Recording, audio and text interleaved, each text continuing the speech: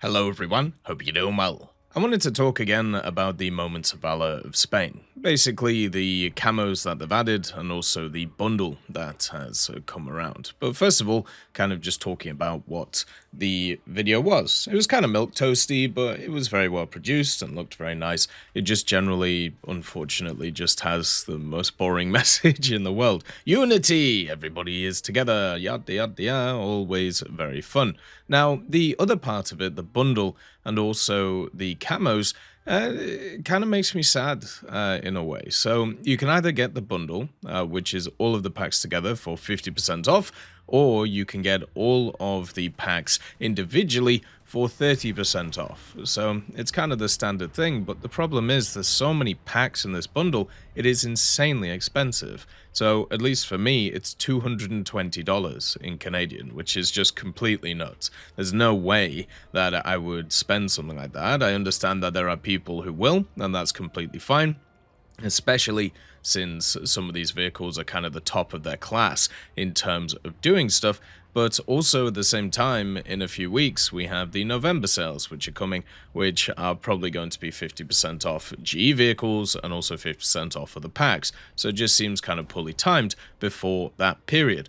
But the area that I wanted to focus on in terms of this video is the camouflages.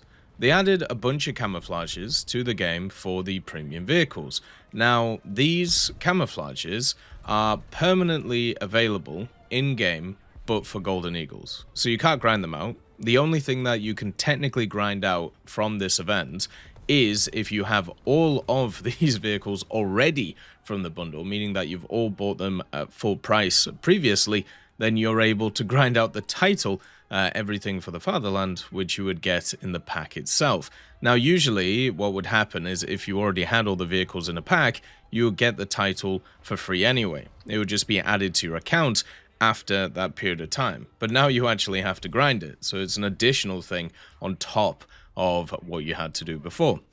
And that just kind of feels rude, to be honest. And also the fact that there is nothing else that you can research in these things. Now, in the past Moments of Valors, there was actually a few camouflages which you could actually research out in standard vehicles. The Leopard A1A1 had one, which was really nice, and a few others. All of the unique camouflages that they're bringing in for the Spanish vehicles are all premium vehicles, so you have to buy them in order to get access to them, and then you have to buy them on top of buying the vehicle itself, and it just seems very money grubby, and that just kind of sucks. I think a better way of doing this would actually be having a look at standard tech tree comparatives. So for example, all of these vehicles have a standard tech tree version. The only one which isn't a standard tech tree vehicle, by the way, is the Eurofighter for Italy, so this one is not counted. But for the F104S TAF, you have the F104S. For the FA-18C Hornet for Switzerland, you obviously have another one in the tech tree. You have the VRCC of Centauro, which, guess what? You got a bunch of Centauros in the Italian tech tree. The Mirage F1C200, you obviously have the F1C in the tech tree as well. And the BO105CB2 and Fleagle's BF109A both have tech tree equivalents too.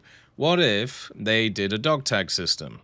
So if you weren't around back in the day, in the first iteration of the Thunder League, this was the first kind of like big esports event that Gaijin did, which was way superior, in my opinion, to the ones that they do nowadays, basically because of the fact that instead of just sitting on a stream and just watching stuff, what you actually do is you actually play the game alongside of the tournament to grind stuff out. The dog tag system, which was added in, was a way of supporting the esports scene, but also getting you stuff in the game. So what you would do is you would purchase a dog tag, usually around $10. I think it was like discounted to like $5 at some point, and then that would unlock a bunch of tiers. And those tiers had camouflages attached to them. So you had a bunch of different vehicles in the different tech trees, and if you had those vehicles and you played X amounts of games in them, and either won games or played games or whatever it was, you would end up getting those camos, and generally it was actually pretty cool. They also attached some event vehicles to it, such as the M24TL, which is the Thunder League Chaffee. The only difference between this and the standard Chaffee is it gets access to an PCR round, which is kind of funny. They also added in a plane, which I can't remember exactly which one it is, but I'm pretty sure it was some version of the Mustang, the P-51A, in the American tech tree. So what you have is a system where you were able to kind of put your time in and you got rewards in the game. Now imagine with this Moments of Valor if they did something similar. Imagine you paid like a flat fee, which was, I don't know, 10 bucks, 15 bucks, 5 bucks, whatever they kind of feel like, and it gives you a set of challenges where if you complete them with specific vehicles, you get access to the camouflages. This to me sounds much better than just having a bunch of camouflages that you just have to directly pay for and you can't really do anything about.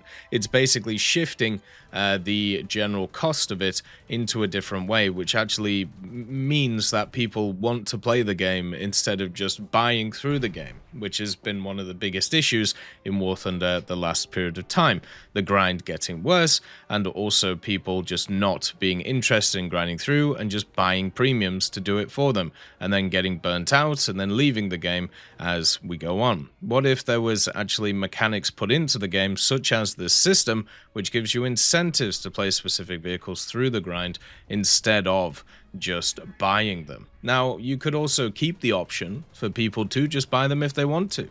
They could just go through the whole tech tree and just, buy them on the premium vehicles, but at least have access to them for the standard vehicles too. It's not as if like any of these camos would cost more to make if they were adapted to specific vehicles compared to others, especially since most of the vehicles are just straight up copy paste anyway.